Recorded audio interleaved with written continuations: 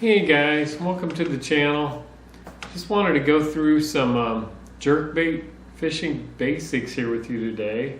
It's that time of year. Fishing jerkbaits in general is a great tactic. Anywhere you get that water visibility in the 1 foot and beyond range, preferably in the 2 to 3 to 4 foot and beyond range, they perform best in clear water. You start getting dirty water and you go to different tactics. But the clear water, right now we got temps in the completely frozen up to, maybe in the mid 40s, upper 40 range, depending on where you're at. I'm in southern Iowa and we're talking water temps in the 30s. And you can catch fish. Right now I'd be fishing jerkbaits like these. I got different models here. I just pulled it out of my tackle box. I'm starting to go through my box like you guys probably are this time of year. I just pulled it out of my boat and I found that I needed to organize some of these things a bit. But right here I've got an example. It's a Lucky Craft, this would be a good coloration in stained water. It's kind of a natural color, but you have some chartreuse for some flash on the sides there.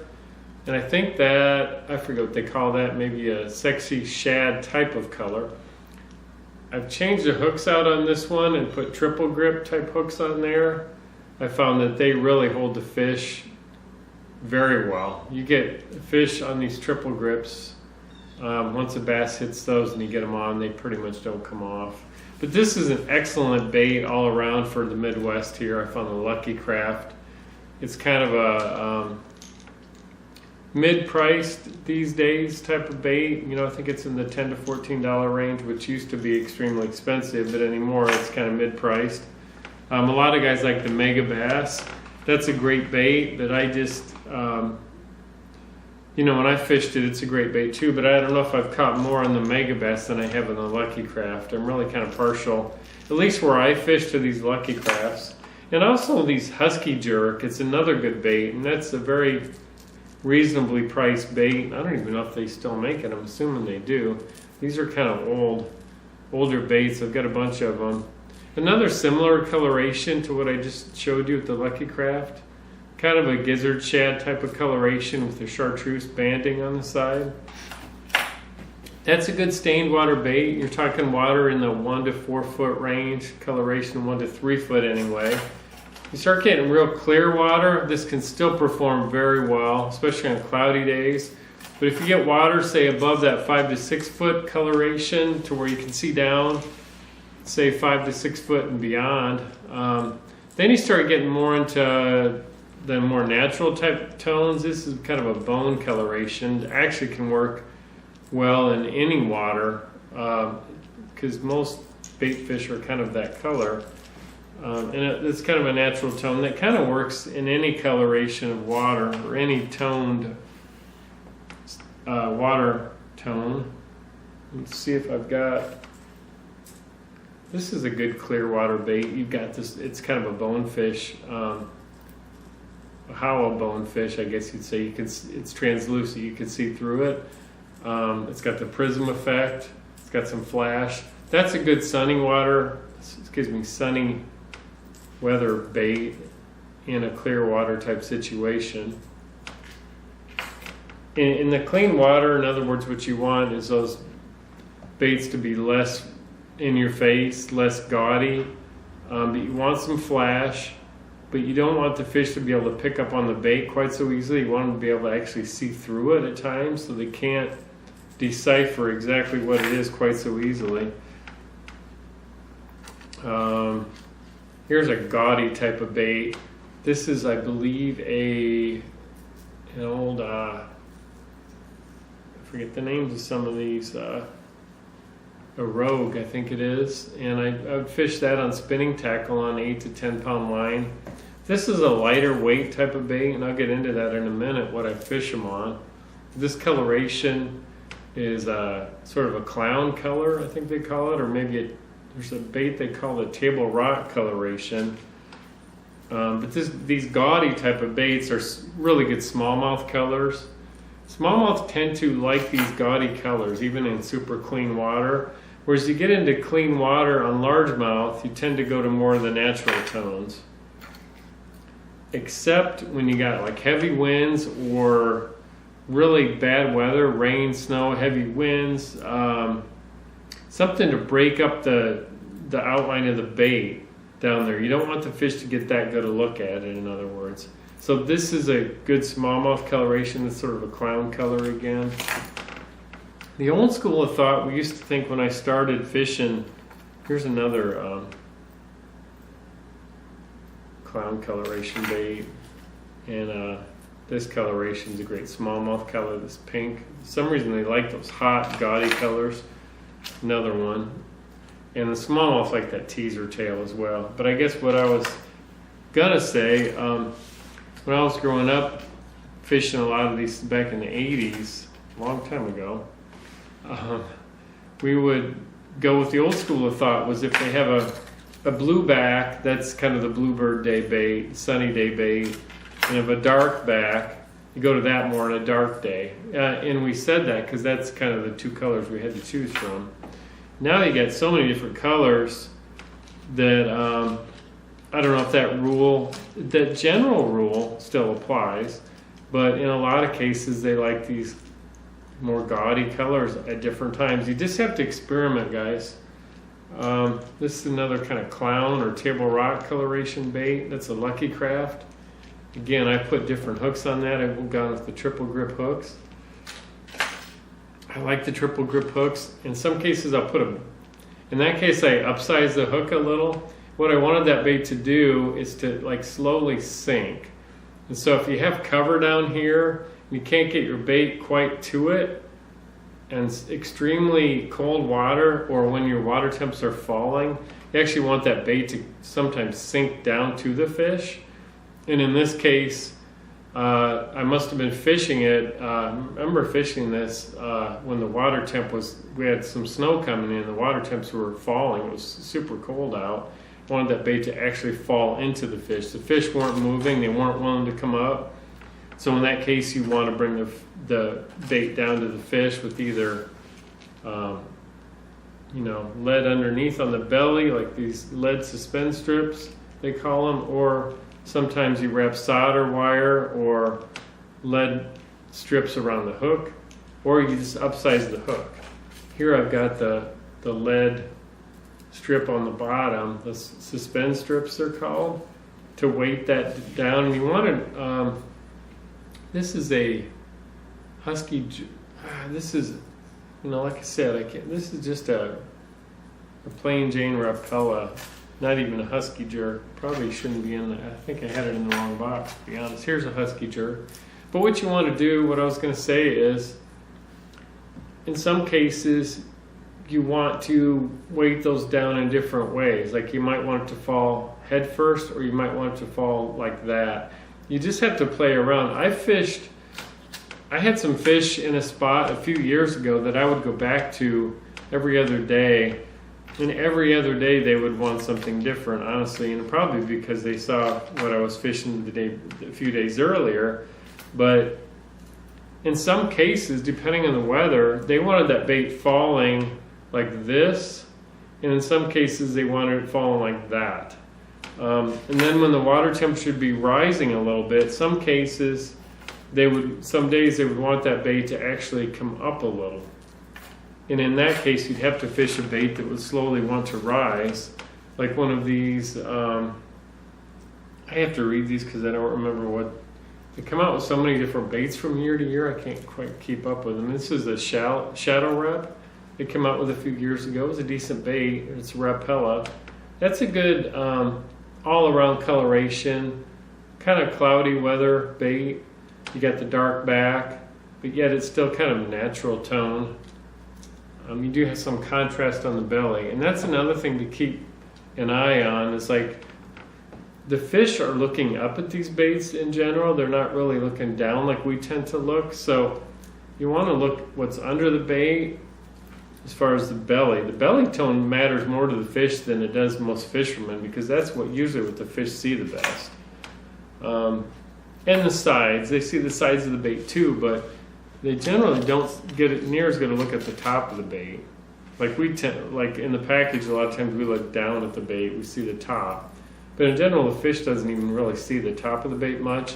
They see it when it rolls. They see glimpses of it reflecting down with the sides, kind of giving you that contrast. But in general, the bait's usually a little above the fish and they're looking up. And I'm trying to think about anything else here to tell you guys, just some general pointers on fishing these things. Here's one of the deeper diver ones. That's going to get you down there deeper, which is good when you got deep water fish. I don't buy a lot of these though because they're not as versatile. These other baits, like a Husky Jerk or any of these Lucky Strike baits, they don't have as big a lip, but you can sweep them down, get them down, that 3 to 5 foot depth range on 8 to 10 pound line. And then if you want to get them deeper, you can just weight them down with lead weights and let them slowly sink. This way you can fish them shallow and deep instead of just deep with that deep lip bait, that deep diver. But this is just a good, I love the Lucky Craft baits. I've caught so many fish on them. And honestly, the Rapella is a good bait. The Berkeley's are good baits. Spro is a good bait. I think I have a Spro here somewhere. Spros look a lot like the Husky Jerks. I believe this is a big Spro, or it's a Husky Jerk. I honestly can't tell because it doesn't say on the bottom of some of those. But that's a good bait. This is getting big around here. This is probably a 4 to 5 inch bait. And that's about as big as I fish on jerk baits here in the Midwest. But honestly, these fish can eat that bait, no problem. Even a 2 pound fish, no problem. A 4 inch bait fish to, a 20 inch bass is nothing. A bass can generally eat about a third of its length. So if you're talking a 20 inch fish, he can eat a 7 inch bait basically, and that's not even close to that. So in general, fishermen think baits are bigger than they really are to the fish. If you can throw it, the fish will probably eat it in some respects if it's a lure. Most lures that you buy at the store off the shelf, most bass are big enough to eat them, in other words, is what I'm trying to say. And in general, as far as what you fish these on, you can fish them on bait casting gear or spinning gear. A lot of guys, I do a lot of fishing down Lake of the Ozarks. You see them throwing them on bait casting gear almost exclusively. And that's okay. 8 to 10 pound, even 12 pound line. You want to fish these on like a 7 foot, 7.2, 6'10 to 7'10-ish. Kind of a fast action rod, because you don't need a ton of backbone or you're going to be ripping lips with these. You just need something that puts weight to the fish pretty quick with the fast action, so when you pull that rod tip back, it's going to immediately start pulling the hooks into the fish, but yet have kind of a whip effect to where you're not loading too much weight into that fish too quick and have too much backbone where you're going to pull it off. So you want a little bit longer rod. In the spinning rod, in my thought, is a good way to go with these jerk baits, more so than a lot of guys do. A lot of guys fish the bait casting, like I just mentioned, and it works fine. But I think with the bait casting gear, what you end up doing a lot of times is fishing it too fast, because most bait casting reels are way faster than most spinning reels. So just by default, you're accidentally fishing too fast in a lot of cases. These are cold water fish, and you need to remember to slow down on these fish. And you need to leave a lot of slack in your line when you're fishing these jerk baits. So I'll cast out and kind of sweep the bait back with my rod tip, and then move forward with my rod tip to where you have slack on the line, and just watch that line. And I'll watch it. Any little tick or movement in the line is reason to sweep back, get the hook in the fish, and start fighting the fish. But with bait casting gear, it's way too easy just to wind. Every wind is going to be a lot more line uptake than with the spinning reel. So it's just, you're accidentally, I think, fishing a little bit too fast in some cases with bait casting gear. It's just easy to get into that that trap of fishing them too fast, even if you're not trying. So I think in a lot of cases, it's easier to fish these baits on spinning tackle. I think in a lot of cases, you end up being more successful that way. And in baits such as this old Rogue, and some of these lighter weight baits, they just cast a lot better on spinning gear, especially in the wind. It can be hard to cast some of these things on bait casting gear, some of these smaller baits, especially on windy days. So that's something to think about. And I think that's why these megabass type baits with the built-in BBs, the weight dispersal systems, I think that's why they, in a way, they've gotten so popular as well. They're just easier to cast on bait casting gear. And a lot of guys just won't give up their bait casting gear and do spinning gear for any way, shape, or form. They just won't do it. A lot of guys do. And but I think I've tried both, and you can go either way. And I have both on my deck, but at the end of the day, a lot of times I think the spinning gear outperforms the bait casting gear. How I fish these is on mono sometimes and with a leader sometimes. So in other words, your monofilament is kind of neutrally buoyant and maybe floats up a little. So it's going to keep that bait where you want it, horizontal in a lot of cases. Depending on the bait and what you want it to do, it'll kind of stay there with the bait. Fluorocarbon sinks. A lot of guys fish fluorocarbon, and I do as well, but fluorocarbon tends to sink, and it can pull the nose of that bait down, or it can get down underneath and get tangled in your hooks. So unless you want that bait to come down, I'm often not fishing fluorocarbon. I'm actually fishing mono, and on spinning gear, I'm almost always fishing braid with a mono or a fluorocarbon leader of 2 to 12 foot long. I'm tying that on with a back-to-back uni knot. And on bait casting gear, I don't like the leader. I don't think it comes off the spool very cleanly and goes through the rod very cleanly, so I tend to fish just straight up 8 to 10, sometimes not usually 12 pound, 8 to 10 pound line. Straight away, just mono or fluorocarbon on your bait casting gear. And like I said, I'm fishing this on, I like a longer rod. I'm 6'1", and the rod length in some respects corresponds to how tall you are. I mean, if you're 5'4", you're not going to probably want a 7.5 foot rod. That might be more of an extreme example. Most guys, you're going to be somewhere in the middle. But in other words, you kind of want your rod length to match your size a little bit so that you can handle it the right way. You want to ear towards the longer rod size because you want that distance on these baits. You want to be able to get it out of ways, especially in the wind. And these baits in some cases are lighter weight. And you want to be able to get the leverage because you do a lot of sweeping. I fish these baits, I cast out, I sweep it back. I don't really reel it down. I see guys cast out and reel it down, but then they have a tight line to lure contact, and you don't want that. You really want slack in your line when you're fishing these. So I want to cast out, sweep it back with my rod tip, and then move the rod tip forward to where you have that built-in slack. Then just watch your line tip. And then after about 10 to 20 seconds, sometimes 30 seconds, I'll twitch it, and then I'll watch it again.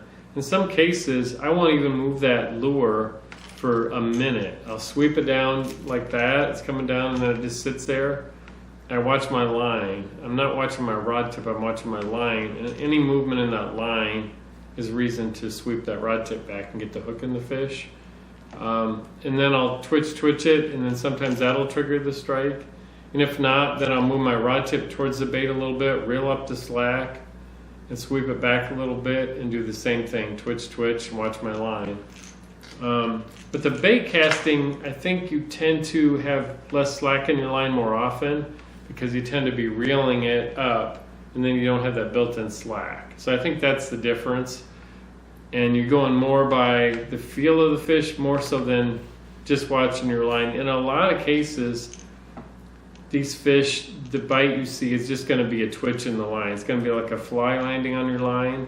And in a lot of cases, that's a big fish. What they do is they come up they feed by vacuum, so they open their mouth and the bait comes in by vacuum, just like that. They're not coming up and it moving forward. They're actually coming up and just opening up and it vacuums in, and that's the twitch you see. So they're not coming up and hard charging it and dashing off like they might in the summertime.